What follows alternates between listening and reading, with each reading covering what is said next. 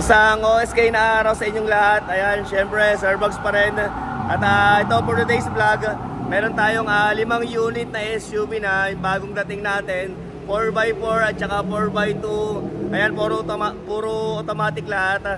Ayan, samahan nyo ko i-check natin yung ating mga new arrival. Pero syempre, kung bago ka pa lang dito sa aking YouTube channel, kung okay lang, baka pwedeng magpa-subscribe at magpa-like na rin.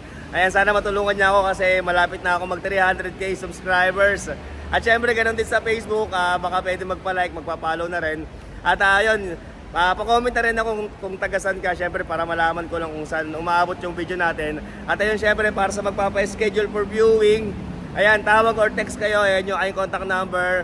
Sabihan nyo ako ahead of time or one day before, syempre, para ma-check natin yung unit kung available pa bago kayo pumunta, okay? So, huwag na natin patagalin to, simulan na natin kaagad, syempre, let's go!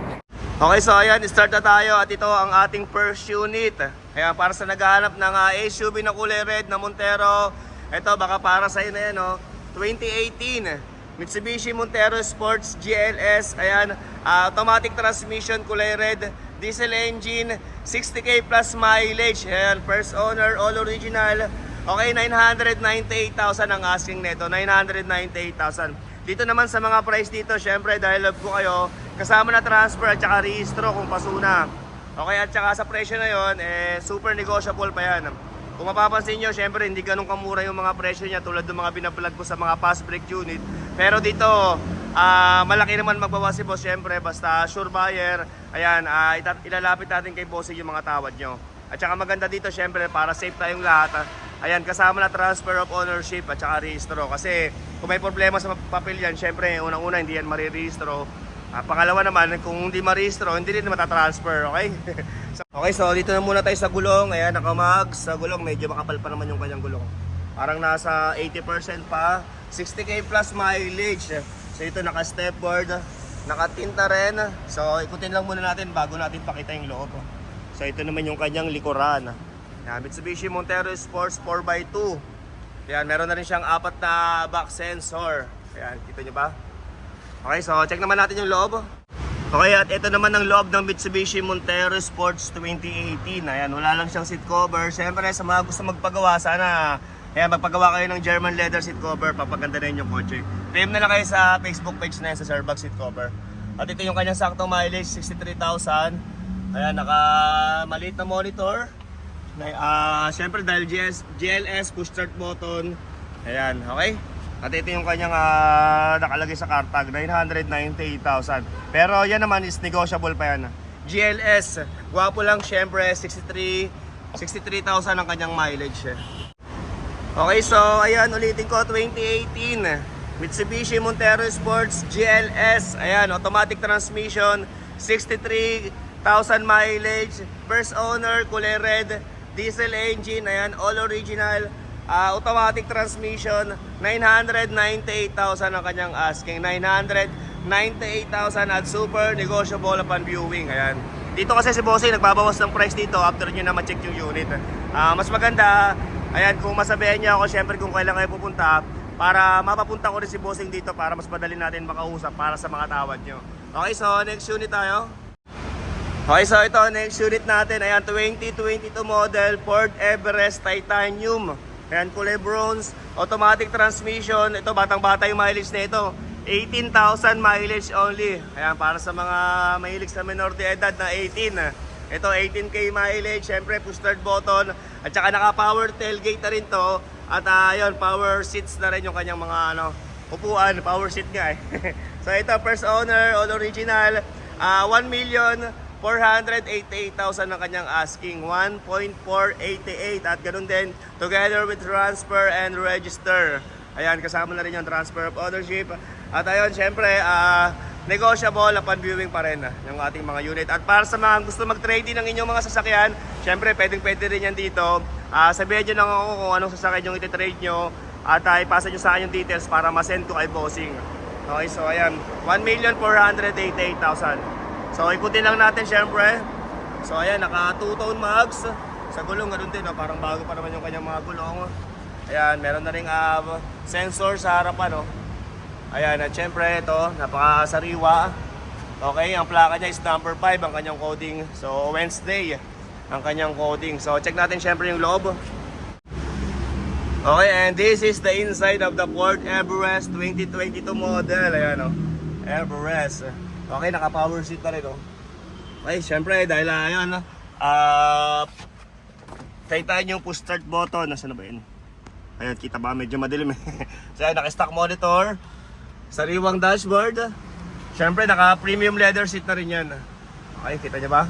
At ito naman yung kanyang mga upuan sa likod. At ayun, naka-power tailgate na rin siya. Kaso, hindi ko na mapapabuksan yan. Hindi ko na mapapakita. Okay, 18,000 mileage only para sa automatic transmission. Diesel engine ng Ford Everest. Okay, so ayan, ulitin ko. 2022 model. Ford Everest Titanium. Ayan, automatic transmission. 18K plus mileage. Diesel engine. First owner. Ayan, push start button. 4x2. 1,488,000 ang kanyang asking. 1.488. Ito, napakasariwa na ito. Ito, 20,000 ang ating reservation dito. Siyempre, dahil ito, napakasariwa ng unit. Ito, huwag nyo na i-check. Pwede nyo na ito para serve. Ayan, pero siyempre, sa mga tawad nyo, itatawag natin kay bossing yan kung hindi kayo makakapunta. Siyempre, para yan, help tayo. Para everybody happy. Okay, so next unit tayo. Okay, so puntahan naman natin yung isang SUV dito na 4x4. Last time meron din tayong 4x4 na Fortuner kaso nakuha na kahapon, sayang di ko na i-vlog. So itong ating next unit, ayan, 4x4 Nissan Terra BL.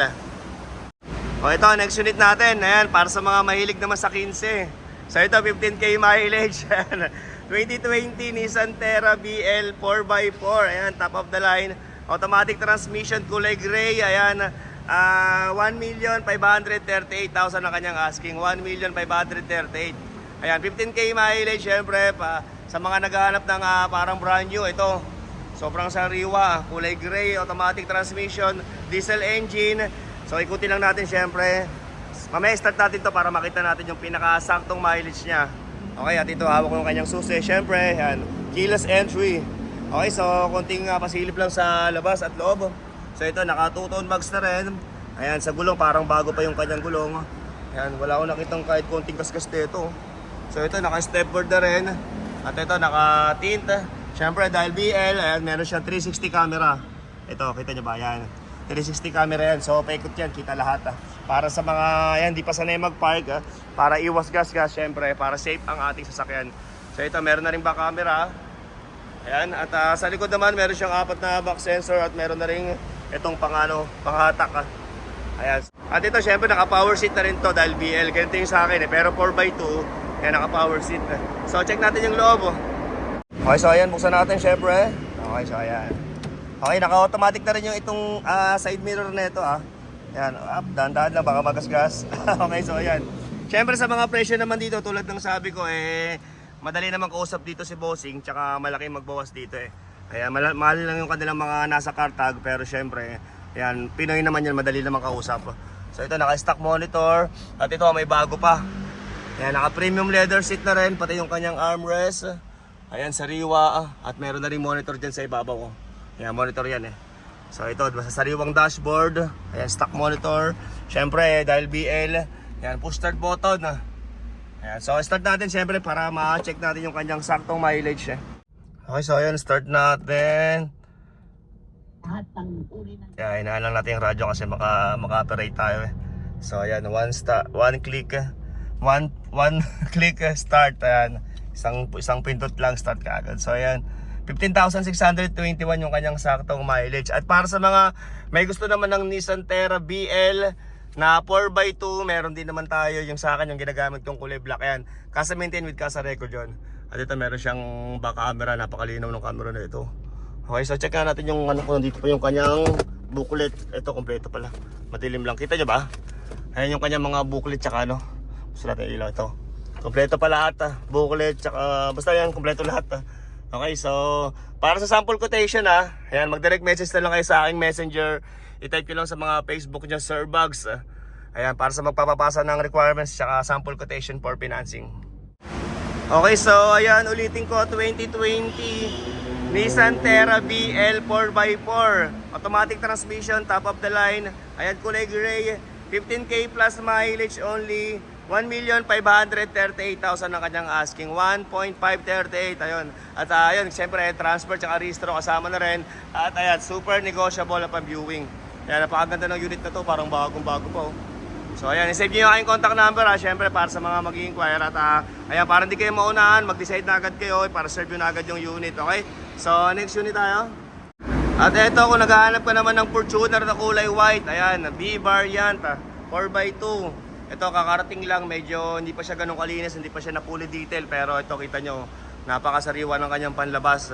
Hindi pa siya masyadong malinis sa loob Pero ito, ayan, 2017 Toyota Fortuner B as Victory. Ayan, 4x2, automatic transmission, kulay white, diesel engine. Ito, alam ko 30k plus mileage lang din yung tinakbo nito. Mamaya check natin yung sakto.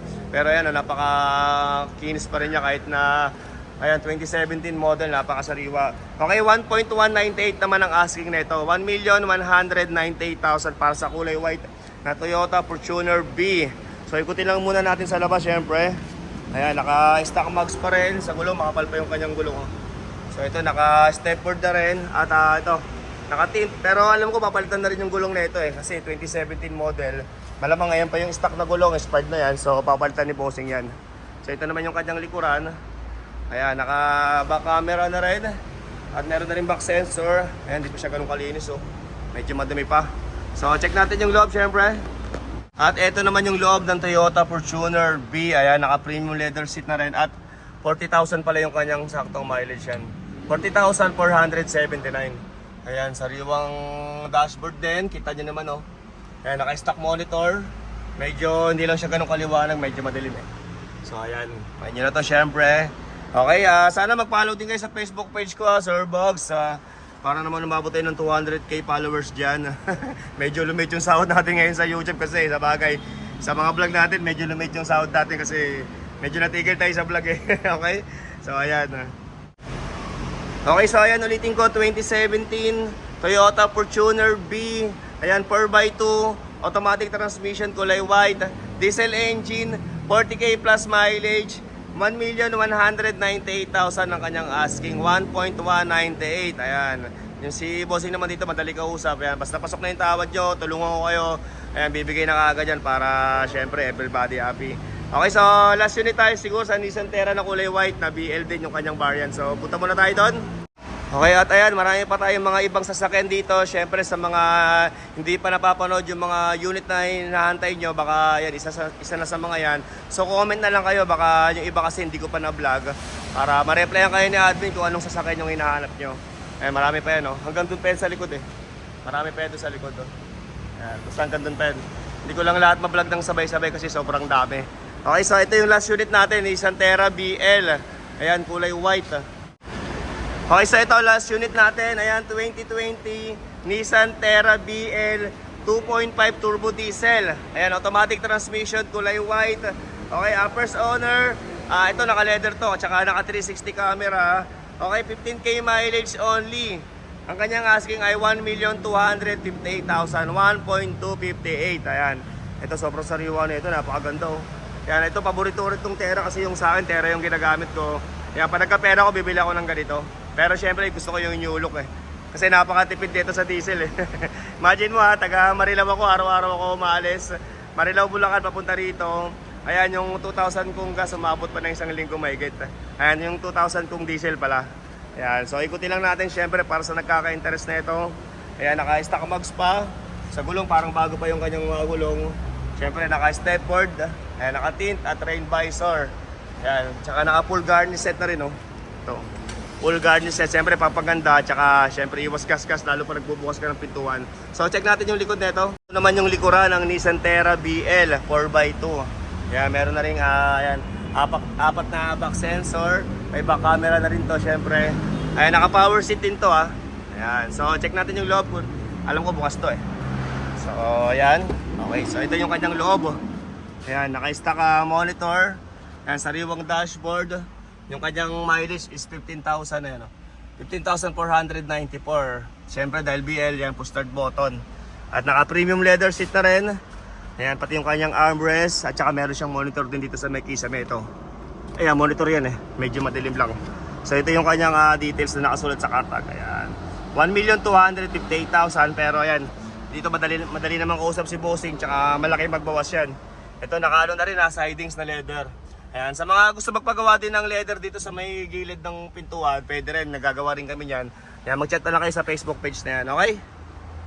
Okay, so ayan, ulitin ko, 2020 Nissan Terra BL 4x2, 2.5 turbo diesel, and automatic transmission, diesel engine. Automatic transmission, 15K plus mileage, 1,258,000, 1.258. Ayan, syempre para sa ibang mga unit na hinahanap nyo ha, marami pa tayo dito. Ayan, kung gusto nyo ng ano pa to, Palisade pa to, Palisade. Ayan, meron din tayo syempre, meron ding Innova. Tsaka ito, kaya pili na lang kayo, mag-comment na lang kayo dito para sa ibang sasakay na iniintay nyo. Baka, ayan, kukomentan ko na lang kayo kung meron tayo. Okay, so hanggang dito lang muna. Syempre, maraming thank you sa mga nakasubscribe, sa mga walang sawang nanonood sa akin. Syempre, Sir Boss ulit, ang pinakagwapong bugaw ng mga Repos S Cars. Thank you very much for watching.